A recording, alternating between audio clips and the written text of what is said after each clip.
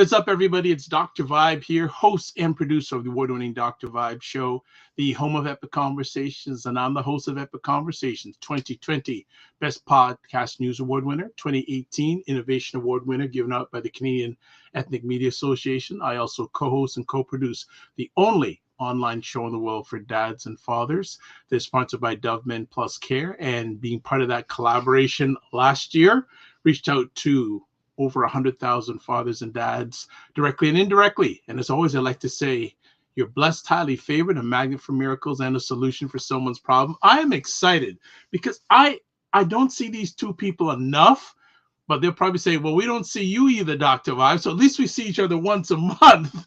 So we have back, and I always look forward to these conversations, Sid and Liz McNairy. They are back with us. So, hey, family, what is going on?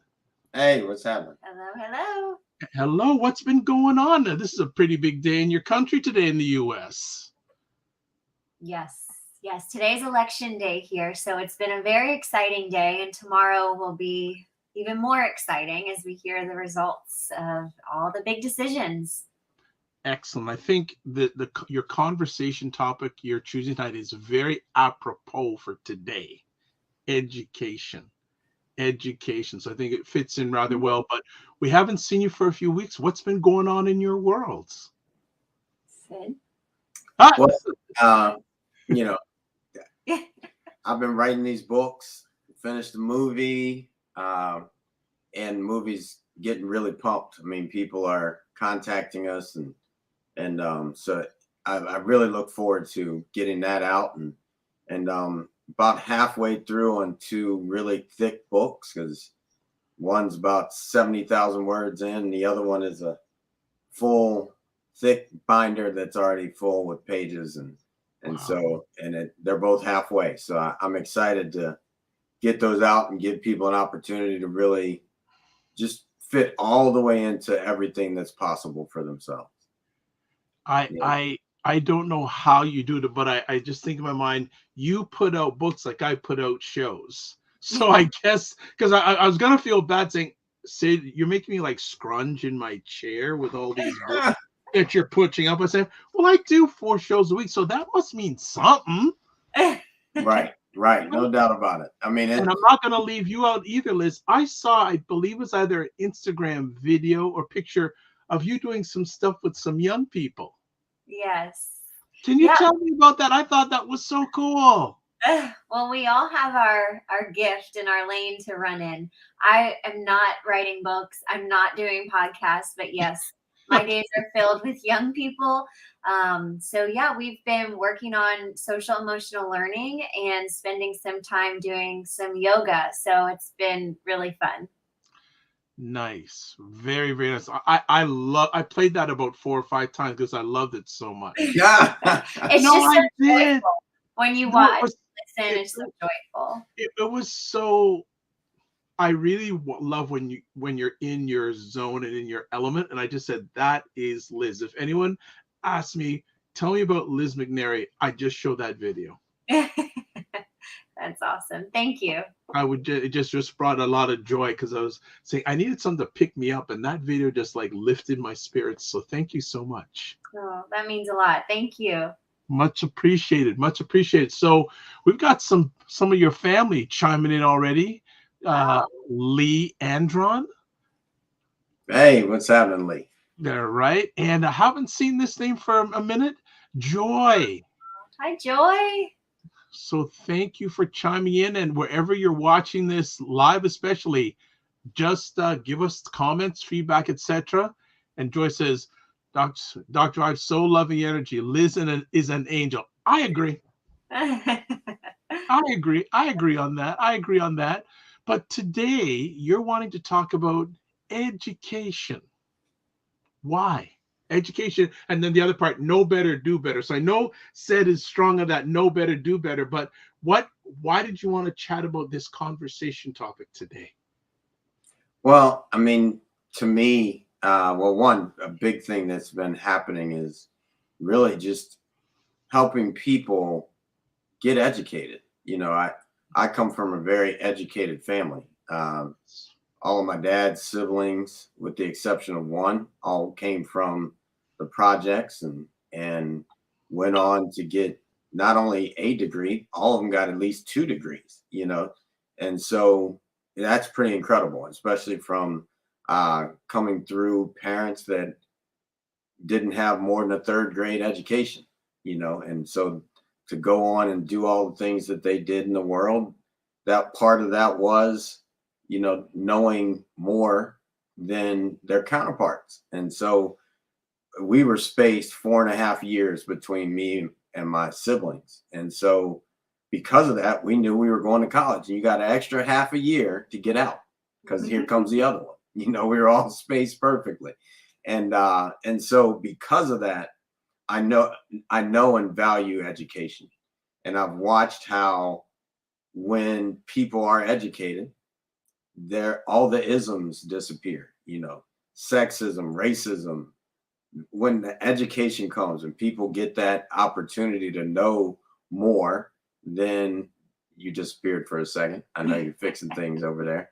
But when people get a chance to know more, I feel that helps eliminate the ignorance of all the isms, right? So in that sense, that's why I wanted to talk about it. This is an important day where people are going out in this country. I know you're up in Canada, but in this country, people are going out and voting.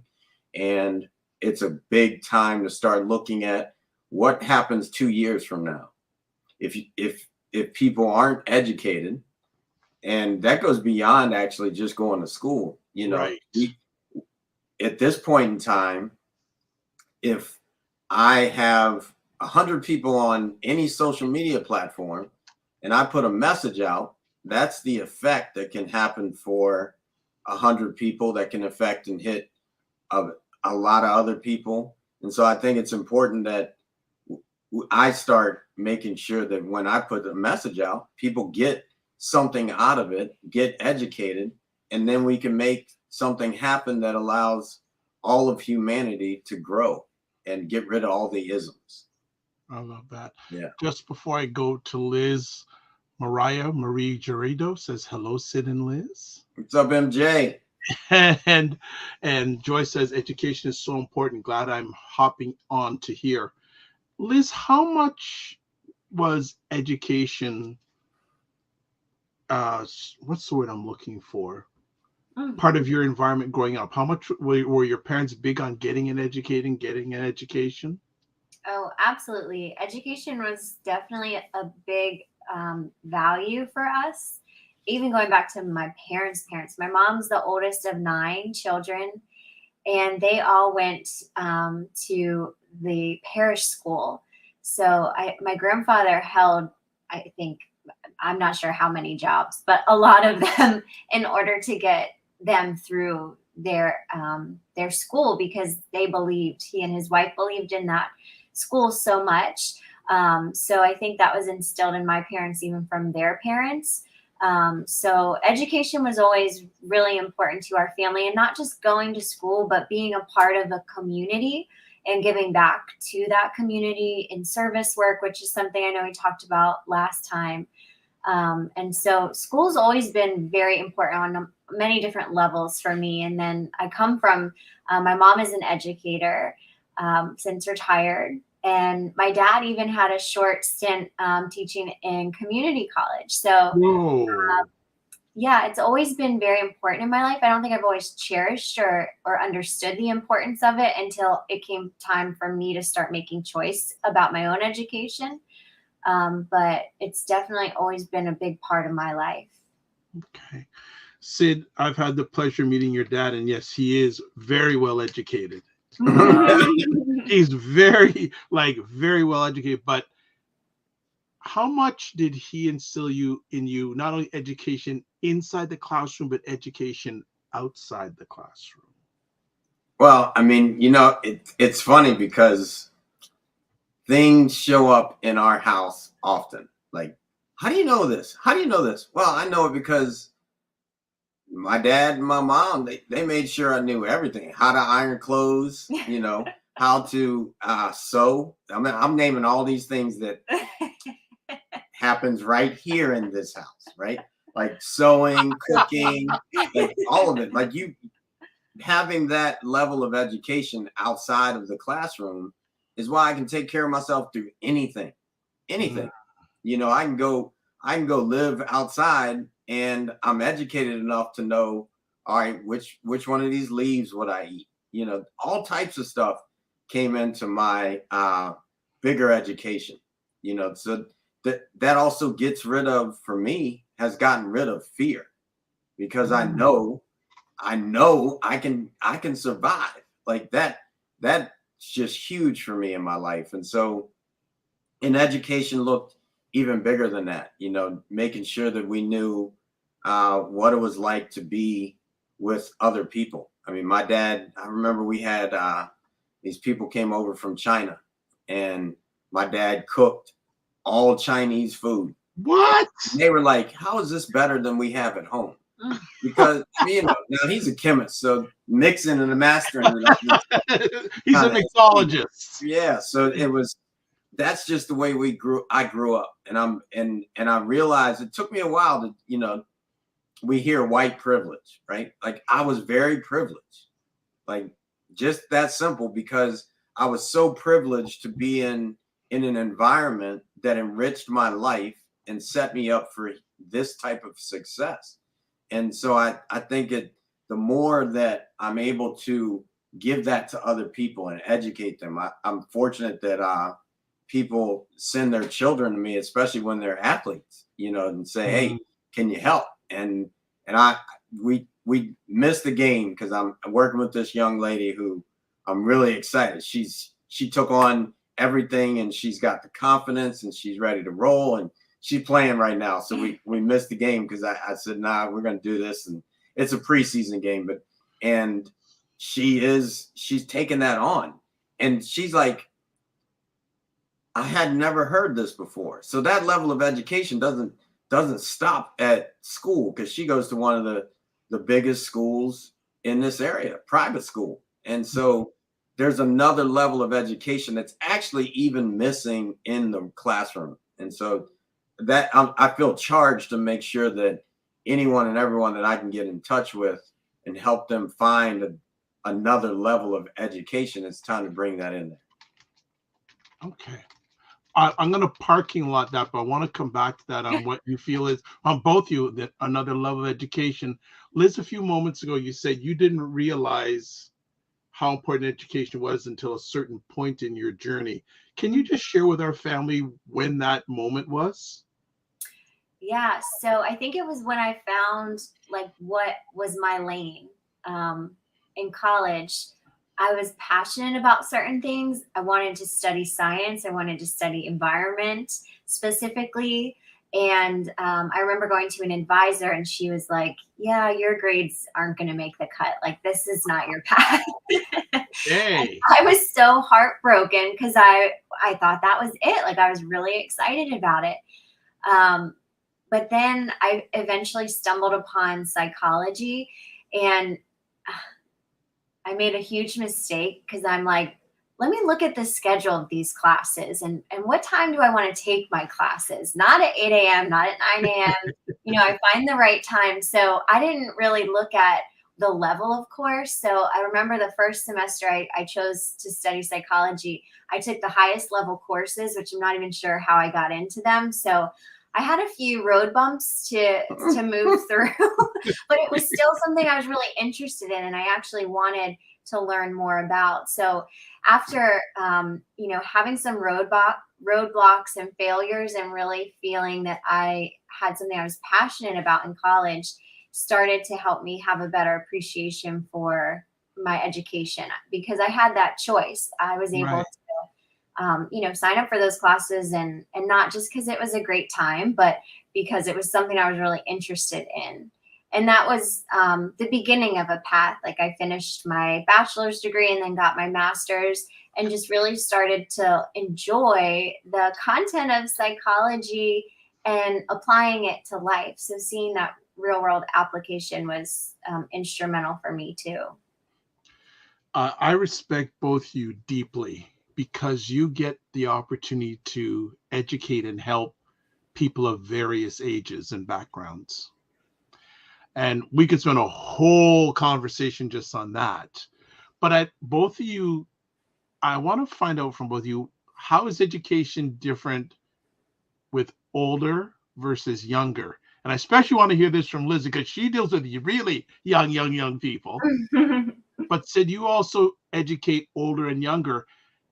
What are the same things? What are the differences, if any, when it comes to education of older versus younger? I would say at the core of it, it's the same. Okay. More so, I think it's about the person than the age of the person, and being able to be present with that person to know this is the language that this person is going to hear and receive in a way that will land for them. So if you were to look at age groups, yeah, I'm going to speak to a 3-year-old a little bit differently than a 53-year-old. But in the same token, if that person is having a breakdown or a mental breakdown, or, if they're in an emotional state, then it may look very similar to a 3-year-old. So I think it depends more on being present with someone and speaking to them in a way that they can really hear, which funny enough, I'm going to give Sid that credit. When Sid was teaching me how to teach yoga, I'll always remember this lesson. He spoke about the importance of giving the verbal cues to someone and then seeing it land in their body. So if I'm saying stand tall or lift your head to the ceiling, and I see someone just continuing to slouch, then that cue's not landing. So that was a huge lesson for me that I really took with me into my life, to know that the words that I say only matter as far as someone hears them and understands them. And that's really the most important part, is that they're understood, not that it's the best words. So that's what comes up for me for this question. Liz, you're good. You know that? Good. You're good. Like, I mean, Brother Sid, you married up. I'm telling you. The continual elevation. There you go. Sid, how about yourself? And you got, because so many different backgrounds, so many different ages. Liz said there's like a core foundation. Have you experienced the same thing, that there's some foundational pieces when it comes to education of other people? Well, first I'll say, part of what has inspired me to broaden the range of people to teach, the broadening for me is, I was always told that you can tell how experienced the yoga teacher is on the range between the students in the class. And so I remember I had a class where there was an 80-something-year-old and a 3-year-old. Wow. And I had to teach to everybody in between in one class, right? How the heck you do that? Yeah, there's a lot to it. We certainly can spend a lot of time. Yeah, exactly. And yet what I'll say is, in that moment, the 89-year-old and the 3-year-old were both curious to learn. They were both like the 3-year-old. I always tell parents, nope, you don't get to practice next to your kid. You bring your kid here. I'm teaching. You can practice in front of them so that they know what to do. They can look at you, and I got them other than that, because kids are just usually imitating what their parents do. So in that sense, you got a little kid in a yoga room and the parents next to him, and they're always trying to fix them. The kid thinks that's actually what they're supposed to be doing. So they're looking to the other side. They're not even doing the posture because the parents looking at them. They're like, what are you looking at? Like, it never makes any sense that way. So I think that's a big part when it comes to teaching, is knowing that the students are imitating the teacher in many ways. So if I'm working with someone, especially with this new age, right? Like, this is learning. This is a learning platform for a lot of kids now, right? They're looking at Zoom, especially during the pandemic. So it had to change. And I heard this term, but I've always known that in educating someone, you also need to be entertaining them. If you can make them laugh, it actually goes in deeper, right? So in that sense, then the term was edutainment. Like you educate and entertain at the same time. And I was like, oh, I'm gonna let that word settle into my body because I like edutainment. Yep. Yeah. And so what I've known though, as I've worked with the different age groups, is a lot of times people are just stuck in what they think is right. When it's the younger people, they're learning for a lot of them the first time, especially if you go down to a 3-year-old. This is the first time they're hearing, oh, this is yoga? Well, what's yoga? Oh, I normally jump around. Well, that's not yoga. Like, hold up, you're in Sid's class. Let's get into the discipline of this class and do some yoga. Like, and then with adults, they walk in a lot of times thinking, oh, this is yoga. I know what I'm doing. Well, you've never even taken a yoga class. So that unlearning the learning process for someone who's been through the process is often the first thing that has to be done before any type of learning can happen, because there's already this idea of, oh, I know what I'm doing. Well, how do you know what you're doing if you've never done it before? So let's let that go. And if you're willing to let that go, maybe both of us can learn in that moment. Wonderful. So we're talking with Sid and Liz McNairy about education, know better, do better. Put the contact information for the Art of Peaceful Living if you're watching this live on replay. It's Sid's on Instagram, Sid's on Facebook, and on Clubhouse, the Art of Peaceful Living. I had a comment here from a gentleman, Morgan, saying education and fun. Yes. And the funny part about this is, Sid, your dad's an educator, my dad's an educator. When they did their education, it wasn't about fun, it was about education. Right.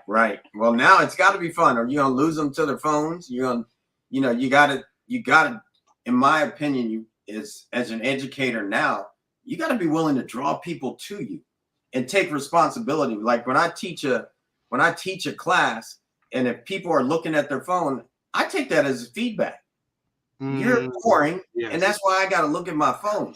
Like I take it as feedback, like 100%. So if I'm in a yoga class and now you disappear, you're looking out the window and you're not doing it. Well, guess what? My class just got harder because you're going to have to breathe. You're going to have to be in your body. Like that's just the way it is for me. So that's how it was for me as a coach. If your players weren't getting it and bringing it to the field, that's not on the player. You haven't delivered your message. And I think that level of need to be responsible in our educators, like we aren't, in some ways, we haven't valued the educators enough, so they don't give what they really should be giving. And if they are really valuable, there's a school in Atlanta Liz turned me on to. It's like Harry Potter. They got different parts. They're in a castle, their whole deal. And the teams come and compete. And so they compete on like, oh, such and such team just got rewards because they cleaned up the cafeteria. This one opened the door for their friends. So they're getting points. They're learning that way, and it's entertaining. They feel like they're in the movie. That's what it's got to be now. And so if we want to continue to move ahead, in my opinion, we're going to make up things that say the old way is good because it was old. Now let's raise up because we've gotten smarter. So I think that's so important to just bring that forward in the conversation, is how do we continue to elevate from where we were? It's not okay to stay the same because you never really do. You're either dying or growing. So let's grow. Liz, you're somewhat on the front lines when it comes to especially educating young people. And I don't want you to be uncomfortable in any way when I ask this question, but what, in your opinion, and as comfortable as you can be, is missing when it comes to educating, especially our younger people? It's a tough question. I mean, I can really speak from my experience. Sure. And I think being an educator is like, I think the toughest job, because there's so many emotions that go through a teacher every day. And there's so many different things that come at an educator. And then there's that question of how are they being valued?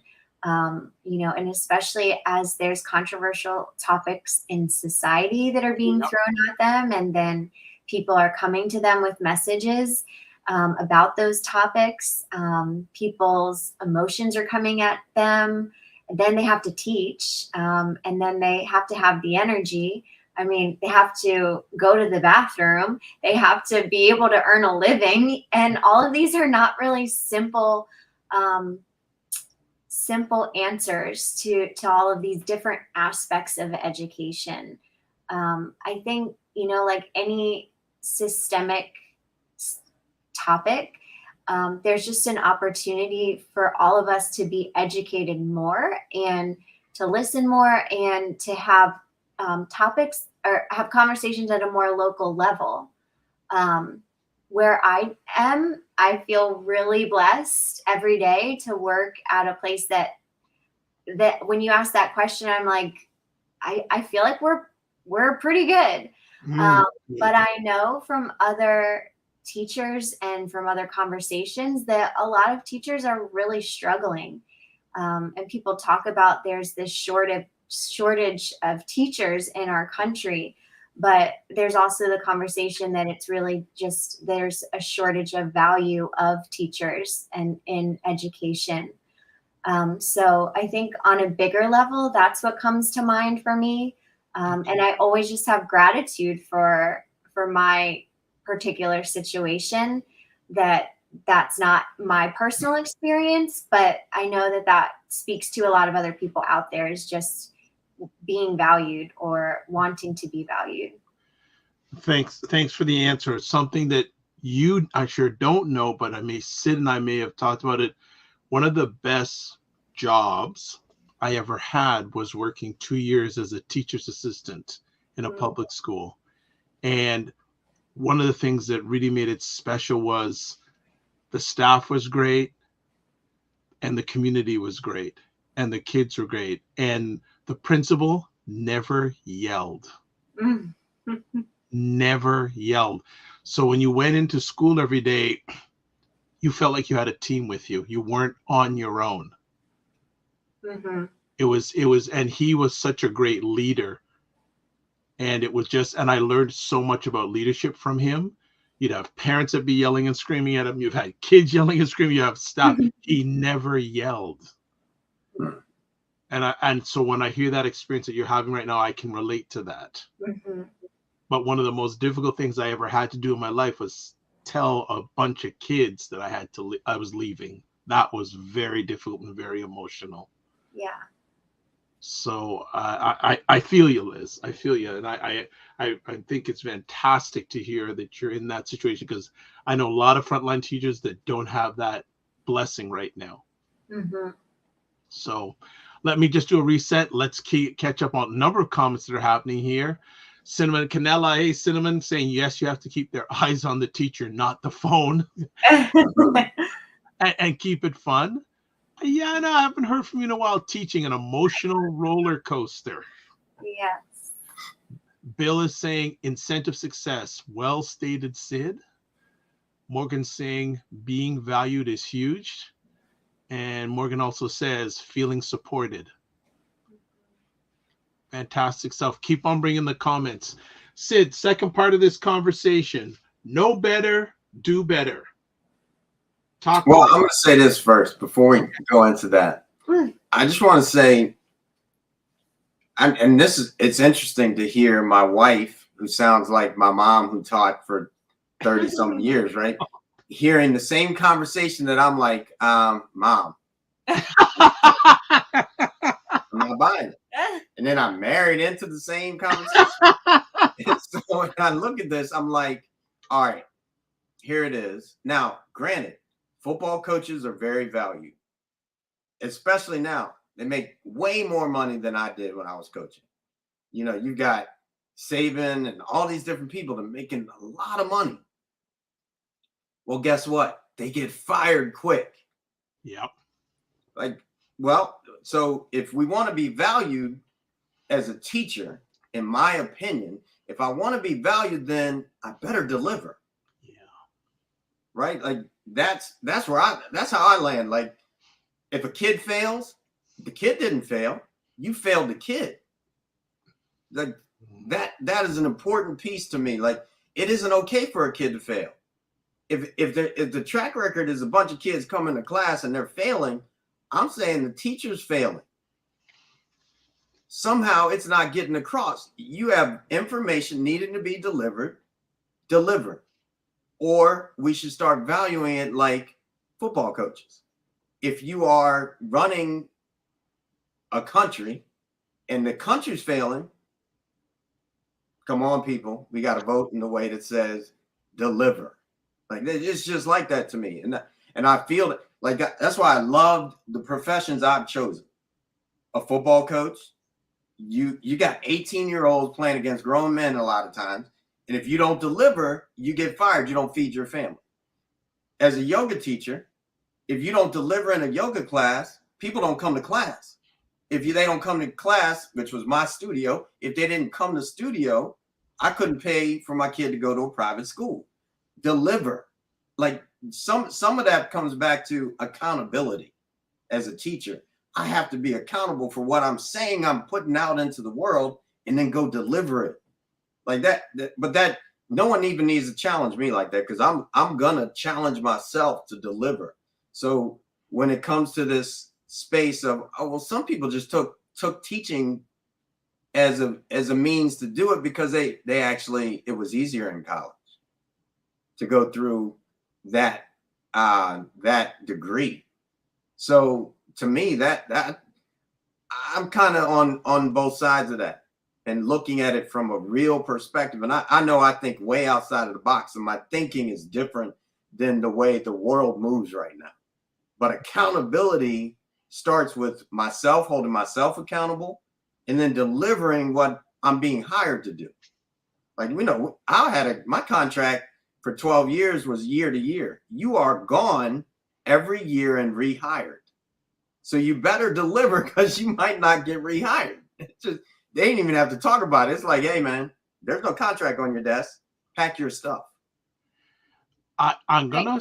I have to interject. Yeah. This is interesting because this could be a part. We're looking at a part 2 right here already. Come on, but go ahead, Liz. I have a thing you want to share with something on that.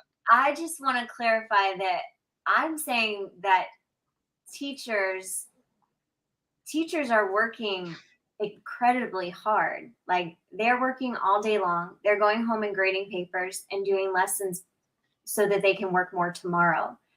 I think teachers are accountable and they're starting to be more accountable for their life by saying, I'm not going to do this anymore because I deserve something better. And I see that as a problem for our country, that people who are qualified and gifted in doing something are not going to do it because society isn't valuing them. Well, I'll go with this because I hear that and I love that everyone gets to see us in the real. This is how we really are. We have different opinions of things and we find common ground. That's how the country could move. That's how the world could move. And yet when I look at that, right? Yeah. And so when I look at that of working hard, that's relative because I know I don't know any teachers that work this hard. That's what we said in coaching football. If people went through the level of what you had to as a coach, you'd go do any other job. And starting the day at 5 a.m, leaving to go home at 2 a.m, getting up and repeating it. And when you get home, your mind knowing that, man, I still got to be getting this done. So you're thinking about it. You barely go to sleep. You wake up and you come back. And so working hard is always relative. Like I work hard. I wake up at 4 a.m. Wake up at 4 a.m, meditate, and then sit down and write. Go do other things. By the time I hit 8 o'clock, I already outworked most people.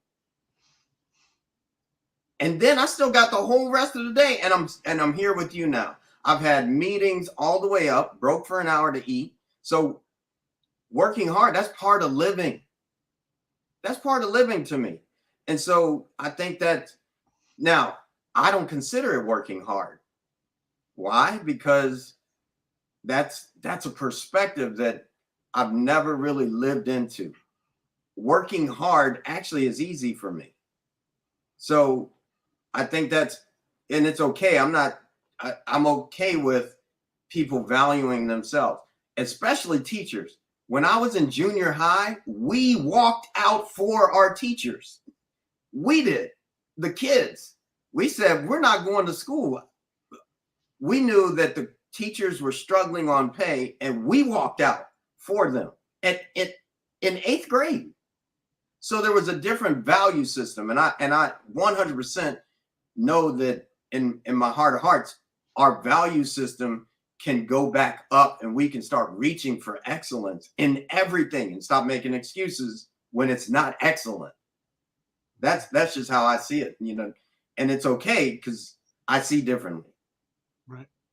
And I really am just clear on that. Like, no, I'm writing a movie for 10 years to write this movie. And I know when it comes to the production, it's going to take even more than that. Hard work is relative. Okay. No problem. Ayanna was clapping to what Liz just recently shared. I think Ayanna is on Team Liz, I guess. I don't know. I don't know. But she also has a question, and then we'll get to the know better. What about the teachers that deliver that aren't valued? Yeah. The bunch is being spoiled by the bad apples.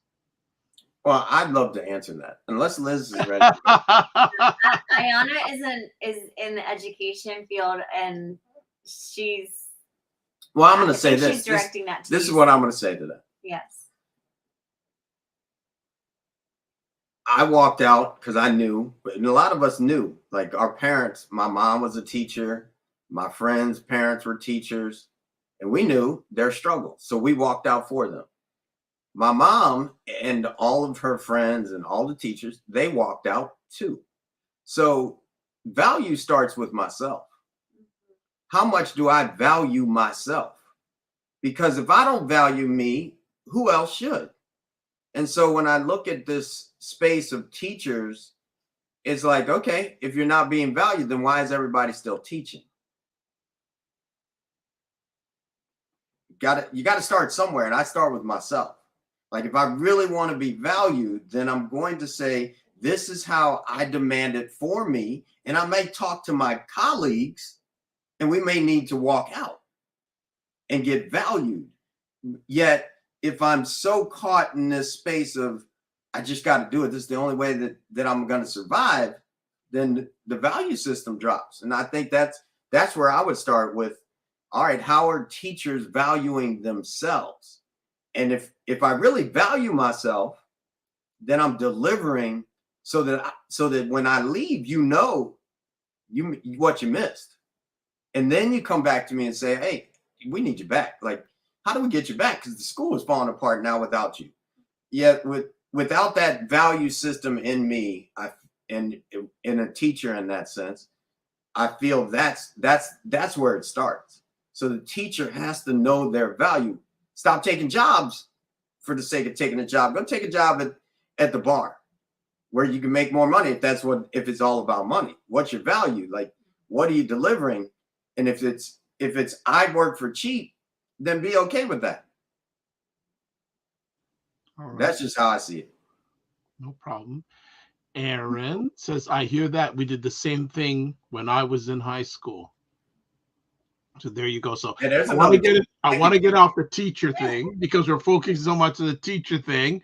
So, but I can understand. But let's talk about just in general society, knowing better and doing better. Mm-hmm. Let's talk about that. So where do you want to start on that?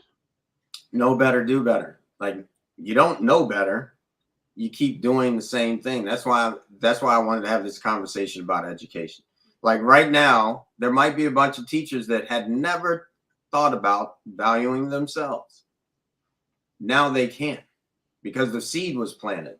So I really feel that that's the important piece, is we up conversations, and in upping the conversation, it shifts everybody on a conscious level. We start thinking differently just by having the education. So knowing better, do better. Like, if I know what's happened in the past, which you look at his story, history, they deleted a lot of things from the past.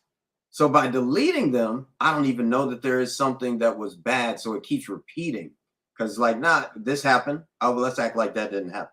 When it comes back around, act like it didn't happen. It comes back around, act like it didn't happen. It's like a typewriter. Cha-ching.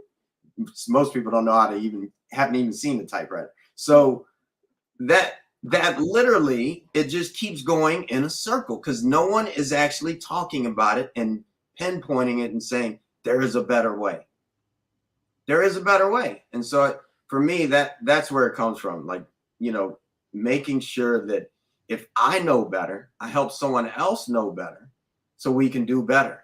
Like that, and that's regardless of if I'm getting paid for it or not. I value myself, so that I can say, okay, I know that peace gets us to another stage a lot quicker than having a fight about it. And having a fight about it. Like I look at these things right now. We've got, here's a know better, do better. We know the effects of the atomic bomb. I wasn't there, fortunately. I came on to Earth after that.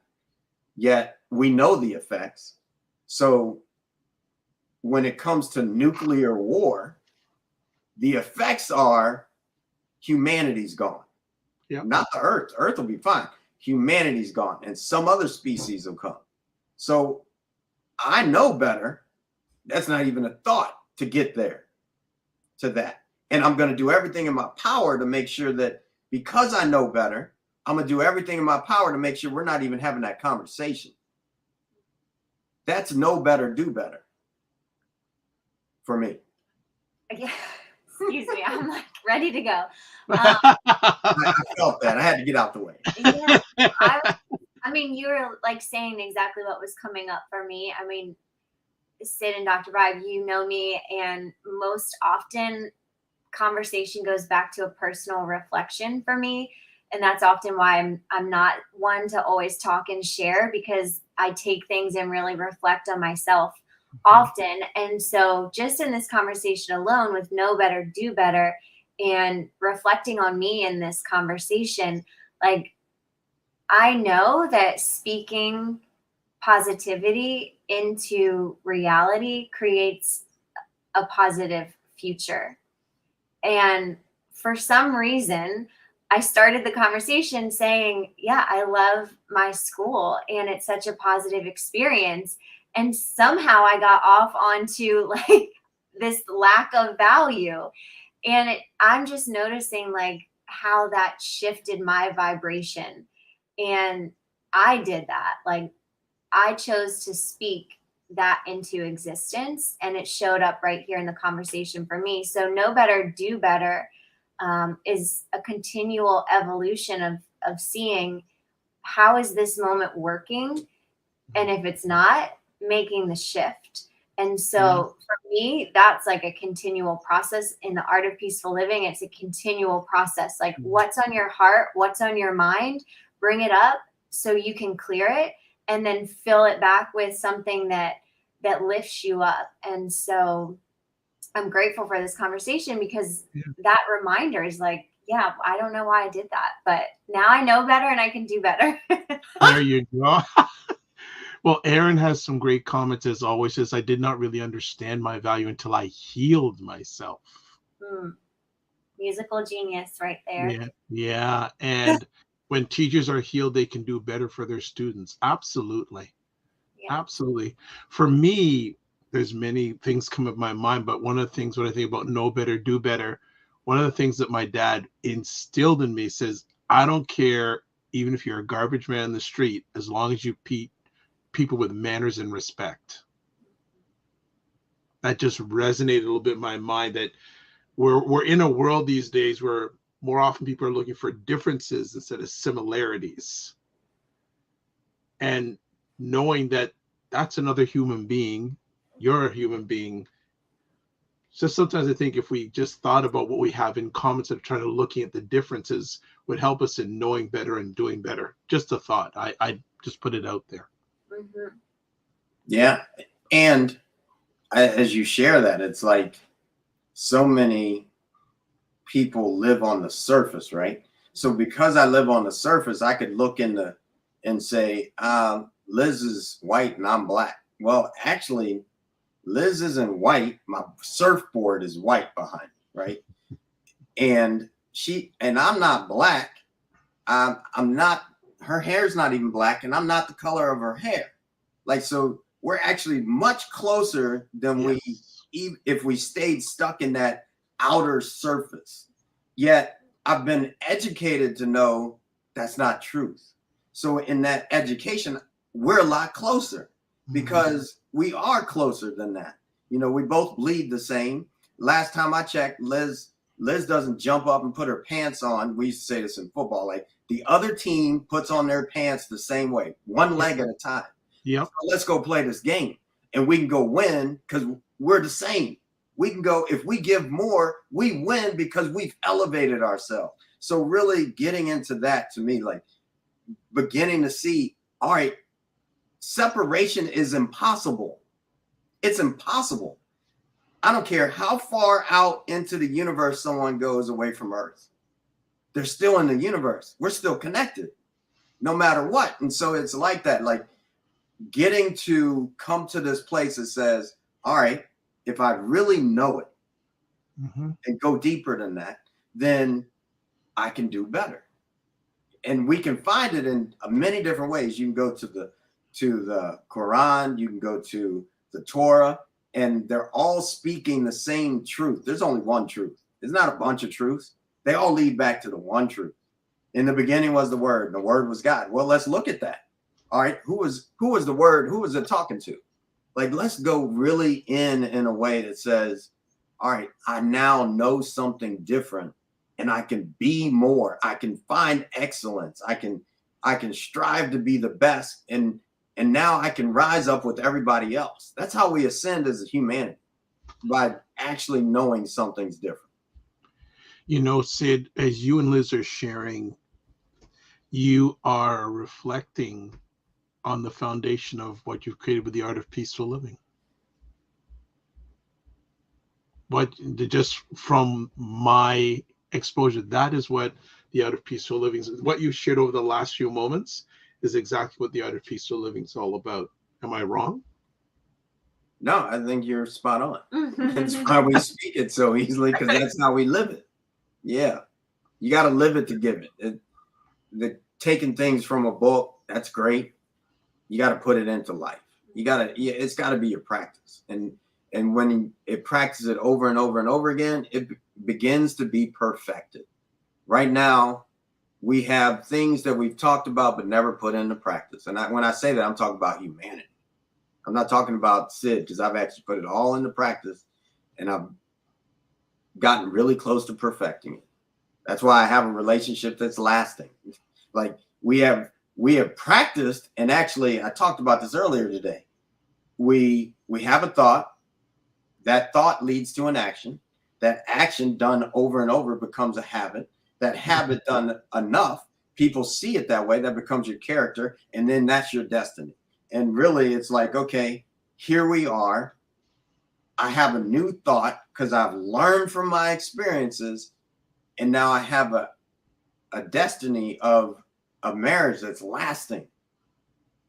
Know better, do better. I didn't know better. I wasn't doing great in that sense, but it was great because I learned from them.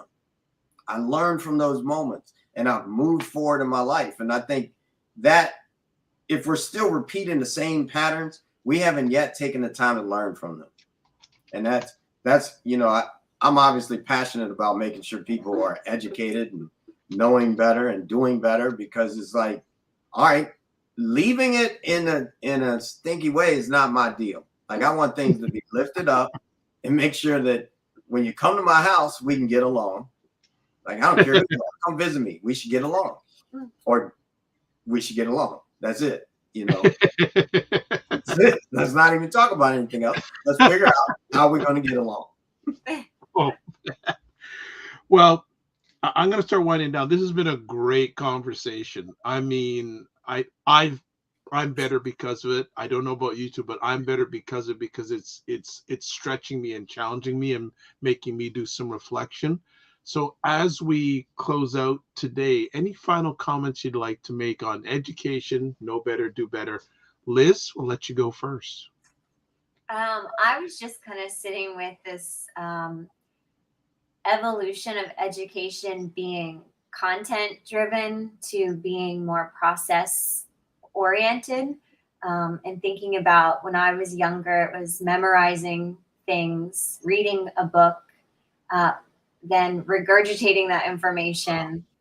And now I feel like it's more about relating to other people, knowing the self and my feeling, emotion, thoughts, actions, and really being in that self-study.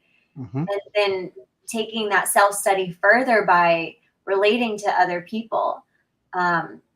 Sid has been such a big teacher in my life for many reasons, but just in what has transpired tonight, I feel like there's a level of trust that I have for him that has opened up to trust in other people. So if someone has a different opinion with me, then as opposed to what I used to do was get upset because it's different, it's wrong, I'm right, and this is how it has to be. But now just being able to be in this place of understanding and trust that this person is a loving being and they're expressing themselves.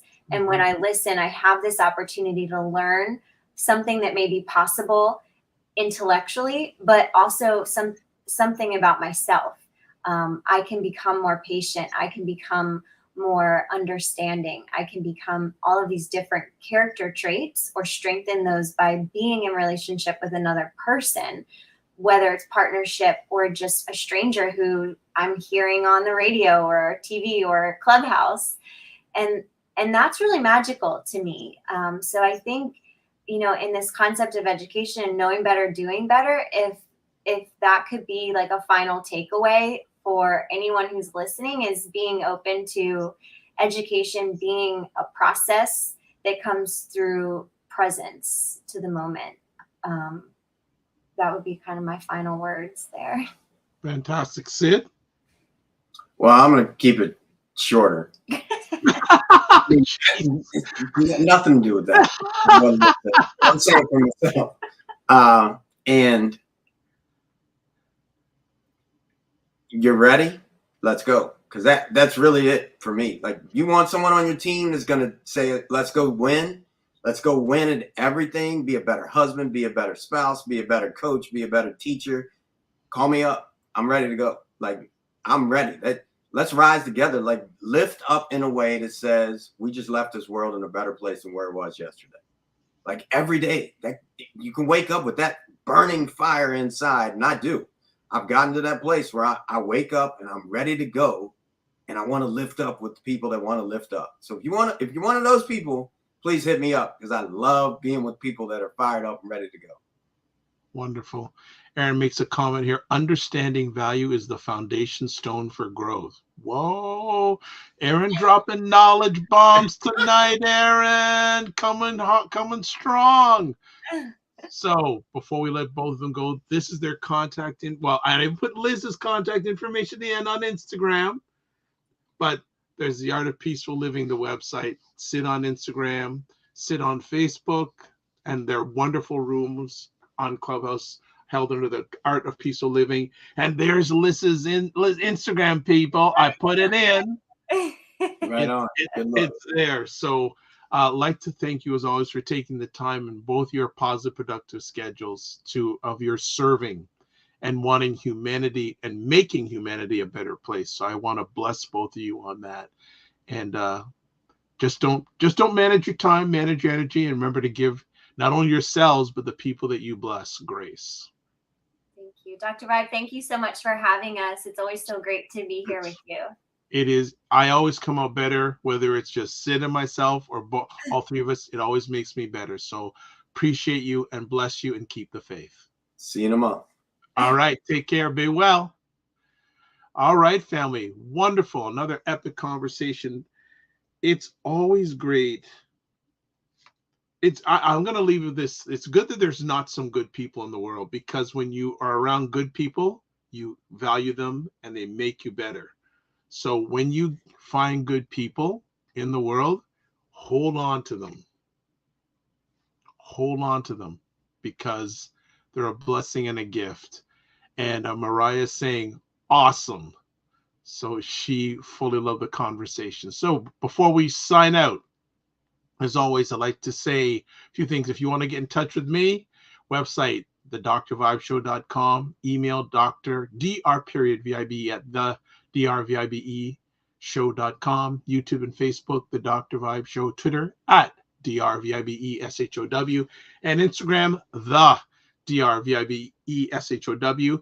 And wherever you're watching this, subscribe so you get notified the next time Sid and Liz come on, or Sid and myself come on, and certainly subscribe to my YouTube or Facebook channel.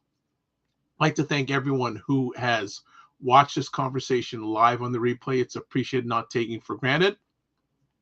I'm going to leave with these things as always when I finish all my epic conversations. Live your life as a dream. If you can dream it, you can make it.